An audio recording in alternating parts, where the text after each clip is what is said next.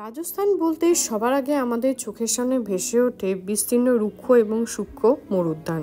তবে আজ রাজস্থানের এমন একটি জায়গার কথা বলবো যেখানে 2783 হেক্টর জুড়ে আছে সবুজ আর সবুজ, চারিদিকে আছে জলাশয় এবং ঘন অরণ্যে ভরপুর। এই অরণ্যের চারিদিকে ছড়িয়ে আছে বিভিন্ন ভেষজ উদ্ভিদ, যার সাহায্যে কিন্তু বিভিন্ন রকম ওষুধ তৈরি হয়। এছাড়াও এই জায়গায় কিন্তু আমরা দেখতে পাবো প্রায় 368 ধরনের পরিযায়ী পাখি। এছাড়াও এই জায়গাতে আছে বিভিন্ন ধরনের সরীসৃপ, পাইথনের মতো সরীসৃপও কিন্তু এই জায়গায় আমরা দেখতে পাবো। এছাড়াও এই ঘন অরণ্যে কিন্তু আমরা অনেক স্তন্যপ্রায়ী প্রাণীও আমরা দেখতে পাবো, যেমন শিয়াল সহ আরো অনেক কিছু।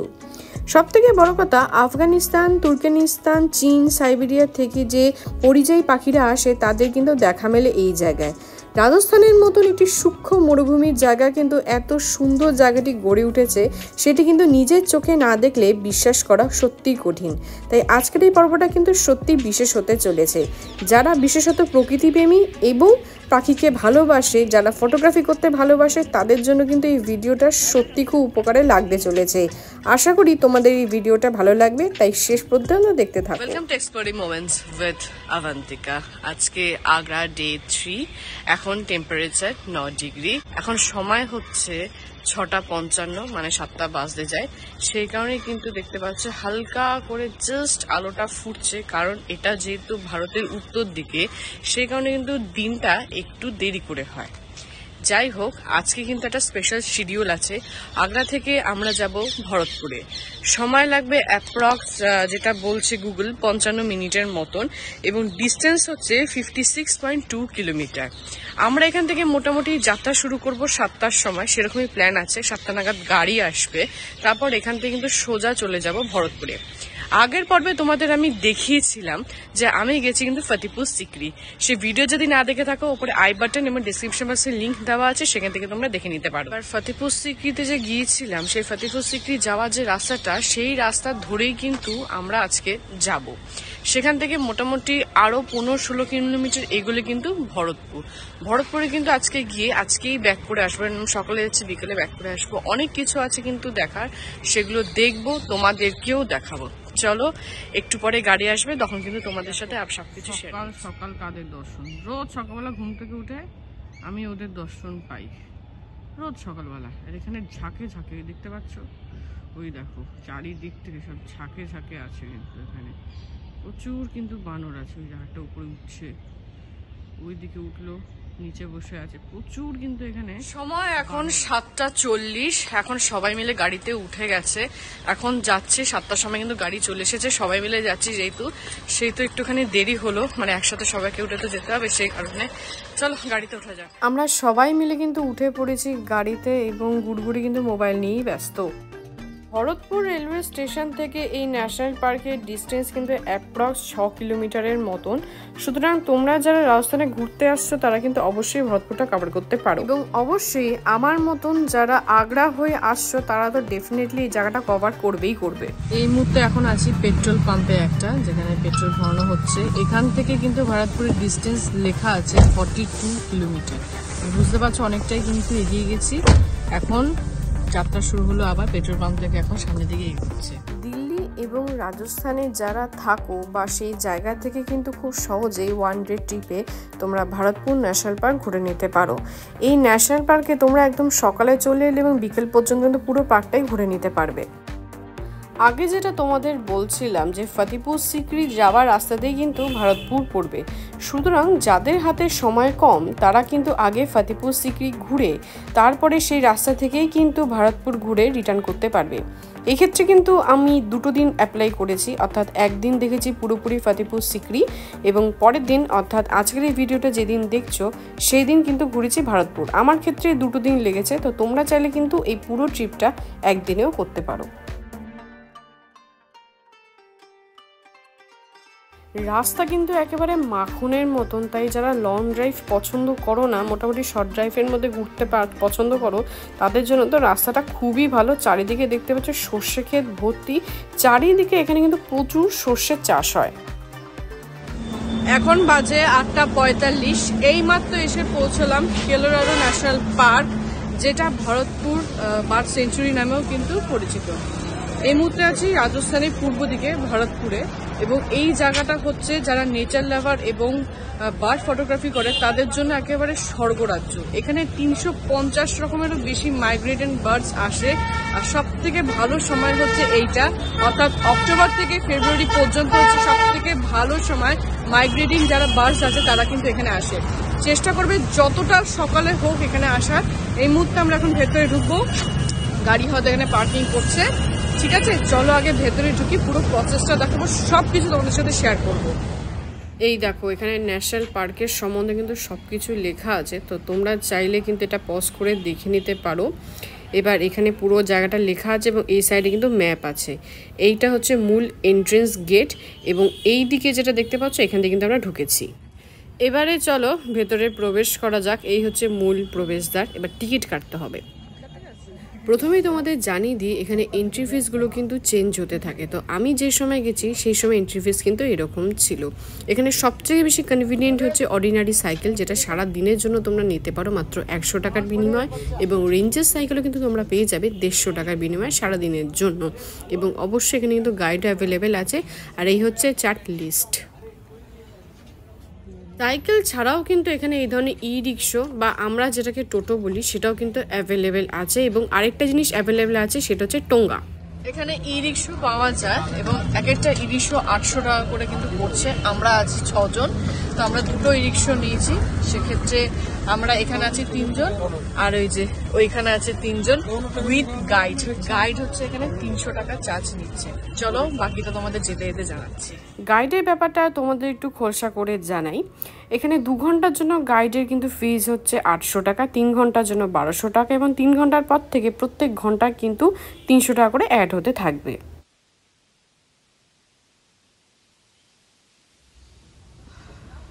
আমরা ই রিক্সা থেকে এখানে নামলাম, কারণ এখানে একটা প্যাঁচা আছে, আর এই প্যাঁচাটার সম্বন্ধে কিন্তু এখানে লেখা আছে। এবার চলো তোমাদের প্যাঁচাটাকে দেখাই। আমরা সবাই জানি প্যাঁচা কিন্তু নিশাচর প্রাণী, সে রাত্রিবেলায় বেশি অ্যাক্টিভ হয়, বাট এখানে দেখতে পাচ্ছ সে কিন্তু বসে আছে। এই অভয়ারণ্যে আসা প্রথম পরিযায়ী পাখিগুলোর মধ্যে রয়েছে বিভিন্ন ধরনের সারস, গিজ, পেলিকান, হাঁস, বাজ পাখি, ঈগল, শাক, স্টিং, ওয়াক ব্ল্যাট, ওয়াগার টেল, হুইলটিয়ার, পিপিট, ল্যাট, ফাইক্লাচার, বান্টিং এবং ইত্যাদি পাখি। গাইডের সঙ্গে কিন্তু এই ধরনের বাইনাকুলার থাকে, যার ফলে কিন্তু আমরা দূর থেকে পাখিগুলোকে দেখতে পাই। এখন যে পাখিটা তোমরা দেখতে পাচ্ছ এর নাম হচ্ছে আইবিস। এরা জলের মধ্যে বিভিন্ন ধরনের কেঁচো, পোকা, গ্রাসহপার, স্পাইডার, ছোট ছোট মাছ, ফড়িং, এমনকি ছোট ছোট ক্র্যাবও কিন্তু খেয়ে থাকে। এই যে বড় ঠোঁট, এই বড় ঠোঁটের সাহায্যে কিন্তু এরা সমস্ত রকম শিকারগুলো করে থাকে।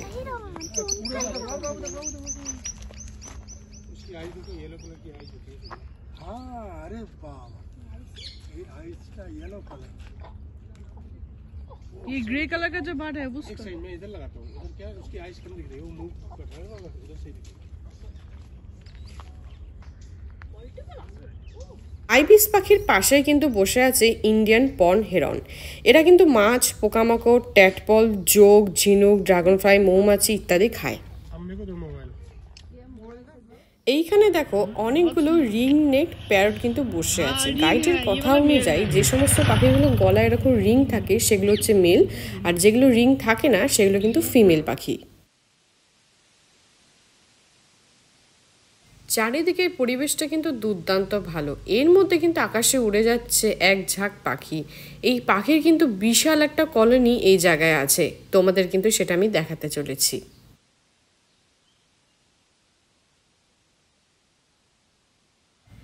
এই যে পাখিগুলো দেখতে পাচ্ছ এরা কিন্তু ঝাঁকে ঝাঁকে থাকে। মারাঠিরা এদের হরিয়াল বলে।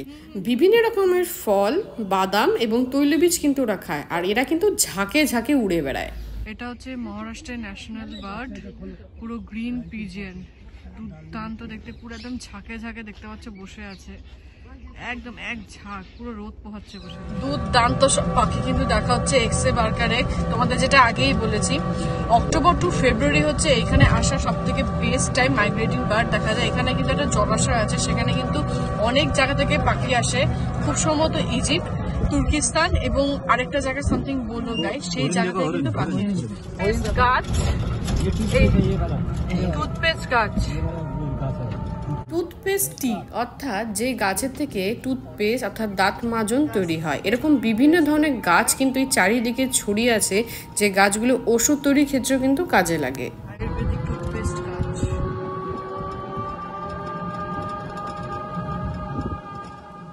চলে এসেছি প্রথম চেকপোস্টের কাছে। এখানে কিন্তু বোটিংও হয়, তোমাদের কিন্তু আগেই বলেছি, তোমরা চাইলে কিন্তু এখানে বোটিং করতে পারো, তবে তার জন্য কিন্তু আলাদা টিকিট কাটতে হয়। যাই হোক, চেকপোস্টে যখন প্রথমে এসে পৌঁছালাম তখন আমরা দেখলাম একজন কিন্তু অলরেডি গাছের ডালে লুকোচুরি খেলছে। দেখি তো তোমরা বুঝতে পারো কিনা, থাক আমি তোমাদের বলে দিচ্ছি। ওই যে দেখো গাছের আড়ালে ডালে কিন্তু বসে আছে। বোটিংয়ের জন্য কিন্তু দু ধরনের বোট পাওয়া যায়, 4 সিটার 6 সিটার। 4 সিটার 1 ঘন্টার জন্য 330 টাকা নেয় এবং 6 সিটারের জন্য 1 ঘন্টায় 660 টাকা নেয়। এই মুহূর্তে কিন্তু আমরা চলে এসেছি সাম্বার ডিয়ারের একদম সামনে। এরা কিন্তু ঘাস, গাছপালা, জলের বিভিন্ন রকম উদ্ভিদ কিন্তু খেয়ে থাকে।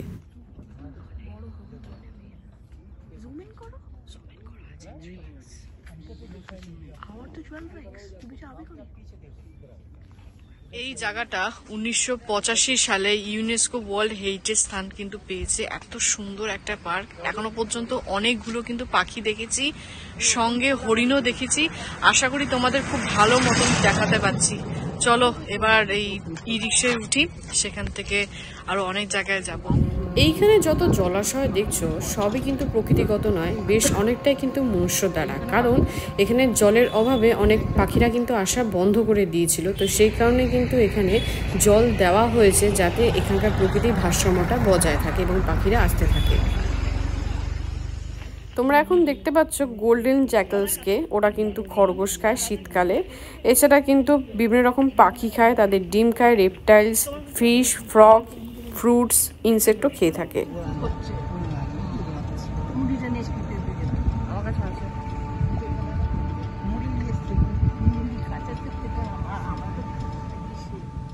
দেখতে পাচ্ছ জলের উপরে একটা ডালের উপর বসে আছে হোয়াইট থ্রোটেড কিংফিশার। এরা কিন্তু সাধারণত বনাঞ্চলেই থাকে।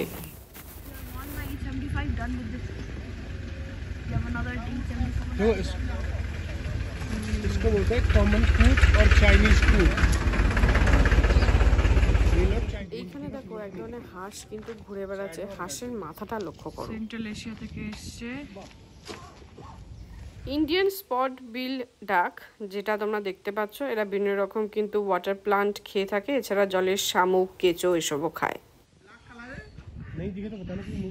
তো বড় মৌচাকটা জাস্ট দেখো, বিশাল বড় মৌচাক। ये साइबेरियन है? साइबेरियन डक्स नहीं, वो जो बड़का वाला ईग्रेट बुगला, उसके ऊपर लगाइए तो ईग्रेट या बुगला बोलते हैं उसको, कॉमन बोलते हैं अपने जगह बुगला। সাইবেরিয়া থেকে এসছে। এখনো পর্যন্ত ইজিপ্টের পাখি, সাইবেরিয়ার পাখি এবং সেন্ট্রাল এশিয়ার পাখি কিন্তু আমরা দেখেছি। তোমাদের সাথে শেয়ার করছি, দুর্দান্ত কিন্তু লাগছে। আমি কাজিরাঙ্গায় যাইনি বলে আমার আক্ষেপ হচ্ছিল, বাট এখানে এসে অনেকটা কিন্তু সেটা মিটে গেছে। এখানে টোটাল কম বেশি না হলেও পরিযায়ী পাখির সংখ্যা 368-ও বেশি, ছাড়া কম না। এখানে এত ধরনের পাখি আছে সেটা কিন্তু একটা ভিডিওতে আমার পক্ষে দেখা সম্ভব না। ইভেন একবার এসেও কিন্তু সব পাখি একসাথে দেখাটা সম্ভব না। তাই আমার পক্ষে যতটা সম্ভব আমি যা দেখেছি সে পুরোটাই কিন্তু তোমাদের সামনে তুলে ধরার আপ্রাণ চেষ্টা করছি। এখনো পর্যন্ত যতগুলো পাখি দেখেছি তার মধ্যে এই যে পাখিটা তোমাদের দেখাতে চলেছি সব থেকে কিন্তু বড় পাখি। ওর নাম হলো প্রিন্টেড স্টক, তবে বাংলার একটা নাম আছে জানো তো, এর নাম হচ্ছে রাঙা মানিক জোর। এই অভয়ারণ্যে বা উদ্যানে এদের কিন্তু একটা বিশাল অংশ জুড়ে বাস, তবে 2004 সাল থেকে এই প্রজাতি প্রায় বিপর্যস্ত বলে ঘোষণা করা হয়েছে। আশঙ্কাজনক হারে হঠাৎ করে কমতে শুরু করে। রাঙা মানিক জোর মোটামুটি 3 কেজি ওজনের হয়। প্রাপ্তবয়স্কের মুখে পালকহীন, চামড়া কমলা হলুদ রঙের হয়ে থাকে। প্রজননের মৌসুমে লালচে রং ধারণ করে এদের চামড়া, তবে স্ত্রী ও পুরুষের পাখি কিন্তু একই রকম দেখতে হয় এবং বাচ্চাগুলি একেবারে সাদামাটা হয়। সাধারণত এদের খাদ্য হিসাবে মা বাবারা নিজে খাবার খেয়ে বমি করে সে খাবারগুলো কিন্তু বাচ্চাদের খাওয়ায়। এই দেখো, এই পাখিটার এত কাছে চলে এসেছি তাও কিন্তু ও ভয় পাচ্ছে না। এটা হচ্ছে দোয়েল পাখি, 7-8 ইঞ্চি লম্বা। এই যে পাখিগুলো দেখছিলাম তার সামনেই কিন্তু ও আছে। ও খুব সুন্দর কিন্তু বলা ভালো নেচে বেড়াচ্ছে আমার সামনে, ঠিক জানি না কেন। যাই হোক, হঠাৎ করে লাফাতে লাফাতে এইখানে এসে বসলো। আর এই দেখো, ও যে এখানে বসেছে না, ওর মাথার ওপর থেকে কিন্তু আরেকজন ডাকতে শুরু করে দিয়েছে। এই দেখো, এই একটা রিং নেকড প্যারট। ওদের এত কাছে আছি, কি অদ্ভুত ব্যাপার, ওরা কিন্তু একটুও ভয় পাচ্ছে না।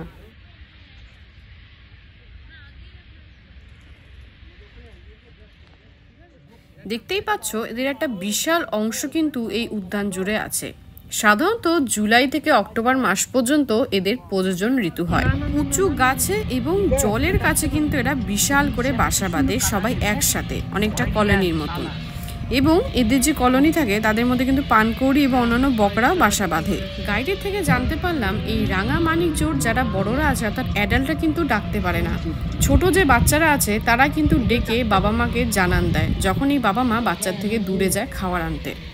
ডিমের বাচ্চা হলে অর্থাৎ ছানাগুলো মোটামুটি 55 থেকে 65 দিনের মধ্যে কিন্তু উঠতে শেখে। পাখিগুলো দেখতে পাচ্ছ এখানে ভর্তি, আর কি প্রচন্ড পরিমাণে ডাকছে।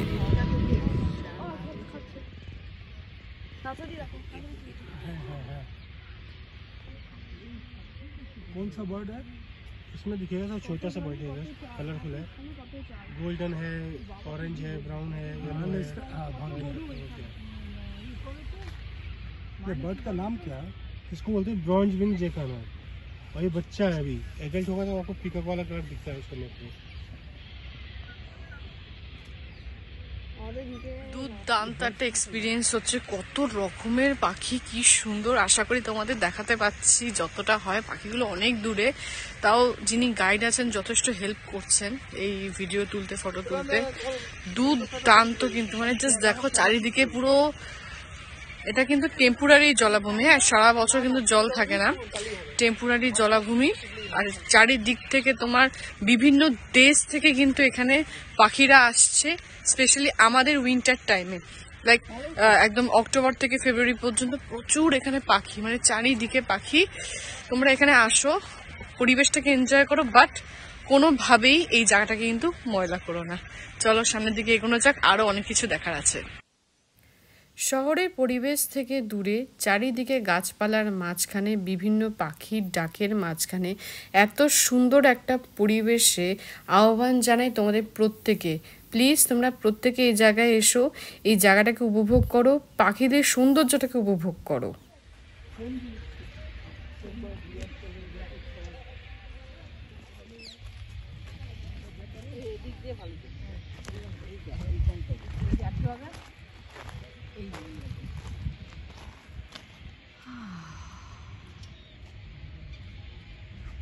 সুন্দর।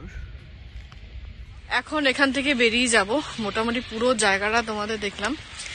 এবার দুর্দান্ত একটা জায়গা, এইখানে হচ্ছে পার্কিংটা, গাড়িটা কিন্তু এইখানে পার্ক করা আছে। এবার খুঁজে বার করতে হবে গাড়িটা কোথায় রেখেছে। ন্যাশনাল পার্ক থেকে এখন বেরিয়ে যাচ্ছি এখন ব্রেকফাস্ট করার জন্য, কারণ আমরা অনেক সকালবেলায় বেরিয়েছি তোমরা জানো।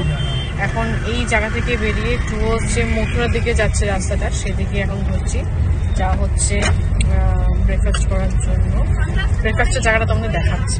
RTDC হোটেল সারাস, রাজস্থান গভর্নমেন্টের এই জায়গাটা এখন খেতে এলাম, ব্রেকফাস্ট করব। এই যে বেশ ভালো জায়গা। ভরতপুরে যদি তোমরা নাইট স্টে করতে চাও তাহলে কিন্তু অবশ্যই এই জায়গাটায় থাকতে পারো। রাজস্থান ট্যুরিজম দেখতে পাচ্ছ, RTDC, এই যে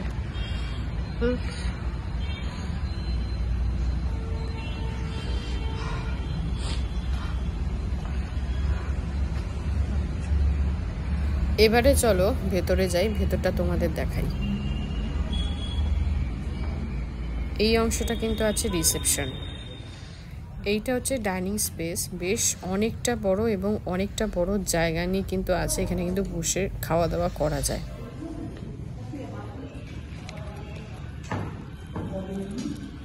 এখন খেয়ে দিয়ে বেরোলাম, দেখলে তোমরা পরোটা খেয়েছি, ফুলকপির তরকারি, আচার, বেশ ভালো। আর আমি ব্ল্যাক কফি নিয়েছিলাম। বাদ বাকি ওরা সবাই সেম খেয়েছে, কেউ ডিম টোস্ট পাউরুটি খেয়েছে, আর সবাই দুধ চা খেয়েছে বা দুধ দিয়ে কফি দিয়ে খেয়েছে। আমি তো ব্ল্যাক কফি খেলাম। খাওয়া দাওয়া মোটামুটি স্ট্যান্ডার্ড, সব মিলিয়ে আমাদের খাওয়ার হয়েছে 1560 টাকা, তো ভালো খাওয়ার। এবার এইখানে এই জায়গাটায় যা বুঝলাম, সেক্ষেত্রে খাওয়া দাওয়ার থেকে বড় কথা এখানে এসে, মানে রাজস্থানে এই জায়গাটা হচ্ছে ভরতপুরের রাজস্থানের পূর্ব দিক, রাজস্থান মানে ভারতপুর হচ্ছে পূর্ব দিক রাজস্থানে, বেশ ভালো জায়গা, গভর্নমেন্টের জায়গা। তোমরা কিন্তু চাইলে এই জায়গায় এসে থাকতেও পারো। এখন এখান থেকে ব্যাক করছি আগ্রা। আজকে কোনো শিডিউল নেই সেরকম, আর দেখা যাক রাস্তায় যেতে যেতে যদি কোনো প্ল্যান হয় তাহলে তোমাদের সাথে শেয়ার করব, আর না হলে এখানেই ভিডিও এন্ড। এইমাত্র ফিরলাম, বেশ ভালোই ঘোরা হলো। তবে শেষ পর্যন্ত ঠিক হয়েছিল মিনাবাজার যাওয়া হবে, সেখানে গিয়ে দেখা গেল যে কিছুই করা গেল না, কারণ মিনাবাজার একটা মাঠের মতন, সেখানে বিভিন্ন রকম মেলা ঠেলা টাইপের হয়, তবে সেটা বন্ধ ছিল, তো সেই কারণে কিন্তু কিছু দেখা যায়নি, করা যায়নি। Back to pavilion. যাই হোক, এবার একটা কথা বলি, আজকে কিন্তু আমাদের এখানে শেষ রাত। এরপর কিন্তু কালকে সকাল এখান থেকে আমরা বেরিয়ে যাব, সকাল 11টা নাগাদ এখান থেকে বেরিয়ে যাব। কোথায় যাব না যাব সেটা অবশ্য পরের ভিডিওতে তোমরা দেখতে পাবে। আরেকটা কথা বলি, এখানে যেখানে আছি এটা কিন্তু কোনো ডিটেলস আমি তোমাদের সাথে শেয়ার করিনি, তার কারণ হচ্ছে আমি নিজেই কিন্তু কোনোভাবেই স্যাটিসফ্যাকশন পাইনি। সেই কারণেই কিন্তু কারণ প্রথমত ঘর অপরিষ্কার, জিনিসপত্র ঠিকঠাক মতন ছিল না, ইঁদুরের উৎপাত মারাত্মক রকমের, ঠিক আছে। সেই জন্যই আমি কোনোভাবেই এই জায়গাটা তোমাদের সাজেশন দেব। তো তোমরা এবার বলতে পারো যে আমি একবার থেকে কি করে এটা ব্যাপারটা বলছি, বাট হচ্ছে আমি থাকিনি ঠিকই প্রথমবার, তবে আমার ফ্যামিলির লোক এখানে এর আগেও একবার এসেছিল, ঠিক আছে।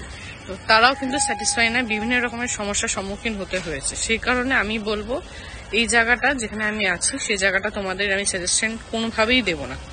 তার থেকে বেটার তোমরা অনেক হোটেল এখানে পেয়ে যাবে, সেটাই তোমরা অ্যাভেল করতে পারো। আর আমি যেখানে ছিলাম সেটা একদমই নট রেকমেন্ডেড। আর এবার আসি ঘোরার ব্যাপারে। এখানে তোমরা যে কোনো জায়গা থেকেই কিন্তু যে কোনো হোটেলেই যদি বলো যে আমরা এই জায়গায় ঘুরতে যাব, আপনারা কিছু অ্যারেঞ্জ করে দিন, তারা কিন্তু গাড়ি বা অটো অ্যারেঞ্জ করে দেবে। সেক্ষেত্রে আগে থেকে তোমাদের বুকিং করে আসার কোনো দরকার নেই, শুধু হোটেলটা বুক করে আসলেই হবে। আদারওয়াইজ সবকিছু খুব ভালো ছিল। আর আজকেই আগ্রার শেষ রাত আমার, এবার দেখা যাক বাকিটা কি হয়। আর এই ভিডিওটা আজকে এখানেই এন্ড করব, কারণ অলরেডি জানি ভিডিওটা অনেক বড় হয়ে গেছে, অনেক কিছু দেখিয়ে দিয়েছি, আর বাকি যেগুলো দেখাতে পারিনি সেগুলো তোমাদের নিজে এসে দেখতে হবে। তাহলে ভিডিওটা ভালো লাগলে অবশ্যই লাইক, শেয়ার এন্ড সাবস্ক্রাইব করতে একদম ভুলো না। আর যখনই সাবস্ক্রাইব করবে অবশ্যই কিন্তু বেল আইকনটা প্রেস করে দিও, তাহলে যখনই নতুন ভিডিও দেবো তোমাদের কাছে ইনস্ট্যান্ট নোটিফিকেশনে দেখা হচ্ছে পরের ভিডিওতে খুব শিগগিরই। বাই।